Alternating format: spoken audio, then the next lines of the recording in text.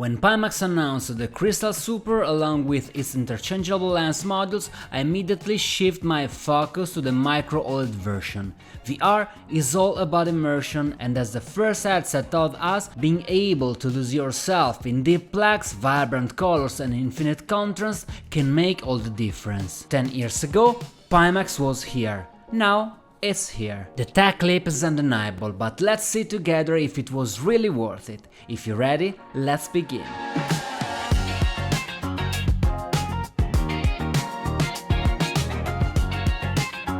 So let's go step by step. The Micro-OLED module joins the other three already available for the Pimax Crystal Super, the 50 ppd, the 57 ppd and the Ultrawide. As always, the display itself stays the same, but the lenses, the angular clarity and how the FOV is managed are what change. In this case, we are looking at the module that goes all in on image quality, color, black levels, contrast and sharpness, and in many ways this might be the highest visual peak VR can reach today. The panels are Sony Micro-OLEDs with a resolution of 5500 by 5300, so it's similar in resolution to the 57 ppd module I've already tested, but with a slightly smaller FOV. What this means is that the perceived sharpness is a bit higher, and the total absence of Mura or artifacts makes this image one of the cleanest and the most pure visuals I've ever seen natively in VR through a cabled connection. This isn't about seeing more pixels, it's about seeing a picture that finally doesn't feel backlit, but self-lit. The blacks are truly black, the contrast is so intense it almost feels HDR, and the colors are so rich you will struggle to find anything better in VR right now. For those of you who play in dark scenarios or nighttime settings, this is simply the best module you can imagine. Even the blue daytime skies have more depth, the cockpit lights at night no longer fade into the grey of an LCD panel, instrument stays readable even with dynamic light. And in games where night or darkness is part of the gameplay, you won't be able to go back.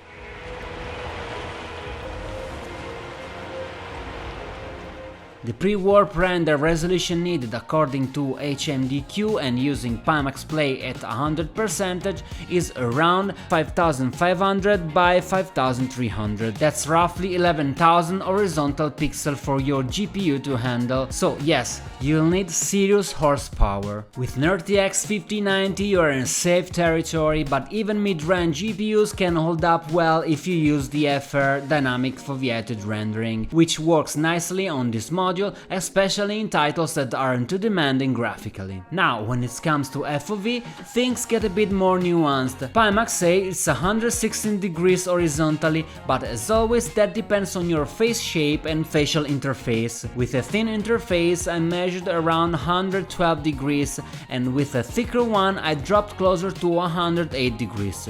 Vertically there is nothing major to report, it's more or less the same as the other super modules. But visually it's on another level. In high contrast games where QLED or LCD panels tend to wash things out or lose shadows detail, here everything remains visible, objects don't fade into the black, they sit inside it. A practical example is my go-to racing sim Project Cars, especially in evening races. As the sun sets and the cockpit gets barely lit, everything keeps its shape and depth. Reflections, warning lights, it all creates a strong feeling of presence. And here is another win, the binocular overlap on this module is excellent, maybe the best I've seen on any of the crystal lenses. That means even the FOV is a bit tighter, the 3D depth feels stronger, and that's useful in every genre. That said, this isn't a perfect module, there's a bit of glare and it becomes more noticeable in some situations, especially with bright light sources near the bottom of your view. It's not always there, but if you are sensitive you might notice it. Also, Micro-OLED panels tend to show a bit of color fringing on the edges, especially against white backgrounds. It's not an issue during gameplay, but in certain games with static UI elements it might pop up.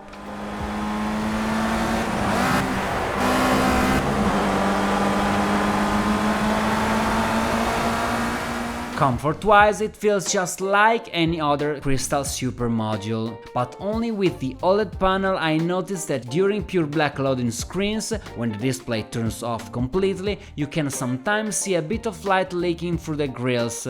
I'm sure that light was always there, but with the OLED turning off completely, it becomes easier to notice. And like every technology, OLED has its pros and cons. Even though these are super high quality Sony panels, you might notice a slight brownish gradient on the edges when displaying pure white.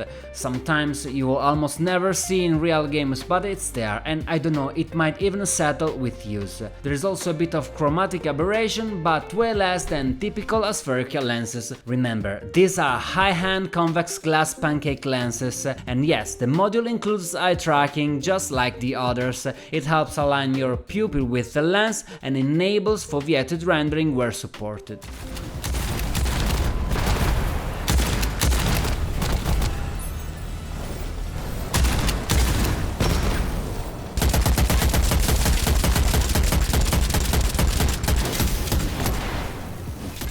Honestly, the visual quality you get here feels like a test bench for the upcoming Dream Air headset, which is going to change a lot about Pimax hardware philosophy while keeping this kind of image quality. Price-wise, you are looking at around $2,200 for the full headset or $1,200 for the module alone. You can use the links in the description for a small discount if you use my referral link below. But what really surprised me is that this module doesn't just shine in dark environments, it also looks amazing in bright games because of the contrast. If you've ever upgraded from a good LCD TV to a modern OLED one, you already know, it's a night and day difference. It's really hard to go back. Same things here, even with a few trade-offs. Once you get used to this image quality, it's tough to return to an LCD module unless you are chasing 120Hz or an extremely wide FOV. The model uses concave view pancake lenses made of glass, and like Apple Vision Pro, that lens shape causes a bit of a glare. There is less distortion than with older spherical design, that's for sure, but as always, when you fix something intact, others show up.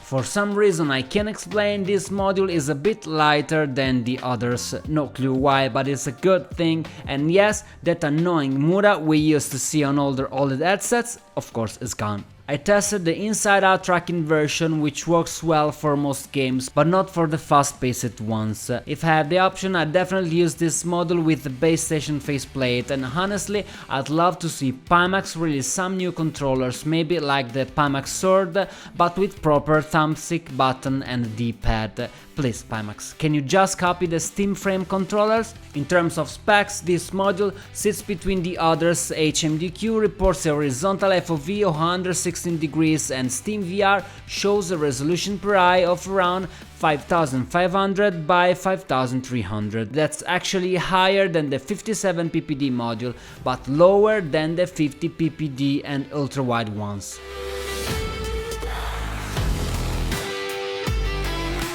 As you know, I prefer setups that require less pre-warp distortion so I can keep my frame rate high, and this module really delivers, and the OLED helps seal the deal. I'll probably end up using this almost all the time. When I finished Blade Senua's Sacrifice in VR almost 2 years ago, I was already dreaming of replaying the dark cave sections with an OLED module because I knew it would hit differently. The kind of darkness that feels endless with just a few glimmers of light guiding you through the void. And then all those night races in Project Cars, my favorite racing game of all time. I was so ready to experience them. Believe me, the videos here don't do it justice. Even the head panels on the side of the truck light up against the black backgrounds in a way that feels exactly like in real life. But the final benchmark for me was Lone Echo. The game even becomes harder in dark areas not touched by sunlight. Those blacks are so deep they lower the overall brightness and make it even tougher to interact with objects in the shadows. It almost becomes a gameplay challenge. I don't need to list every game that looks incredible with this module, you will figure that out yourself, but if you can afford it, trust me, it's worth it. your games reach another level of visual credibility. Volumetrics, dynamic lighting, reflective materials, everything feels more natural, not just a 3D scene popping out of a screen, but a full space that wraps around you. And if you're a modder or a visual tweak nerd, this is the perfect module to test your reshades, your engine edits, your lighting overalls, and so on. Every little detail gets amplified. The Micro-OLED module can be purchased separately, and of course it is fully compatible with the Crystal Super. You will find it on the official site. And just remember, we are talking about enthusiast level hardware here, meant for people who care about visual quality above all else. So, do I recommend it? Absolutely yes. If you know what you're looking for, if what you want is top tier clarity, contrast, color fidelity, and that wow sense of presence, this is the one to get. Especially if you already own one or more OLED TVs, you know how much of a difference that can make. If instead you are more into performance or you want ultra-wide FOV for fast arcade style games, maybe the 57 ppd is still the better pick for you. Or if your priority is 120Hz, then the Crystal Light remains the go-to option. As for me, I'll be sticking with this module for a long time, and I already know once you get used to real black levels, you'll be sad the next time you are forced to go back to an LCD panel.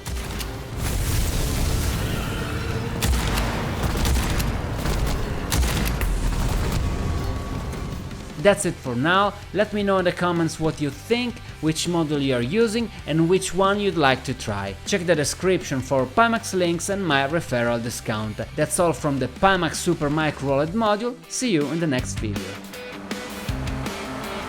Good job, that's P4, we're in sight of the podium.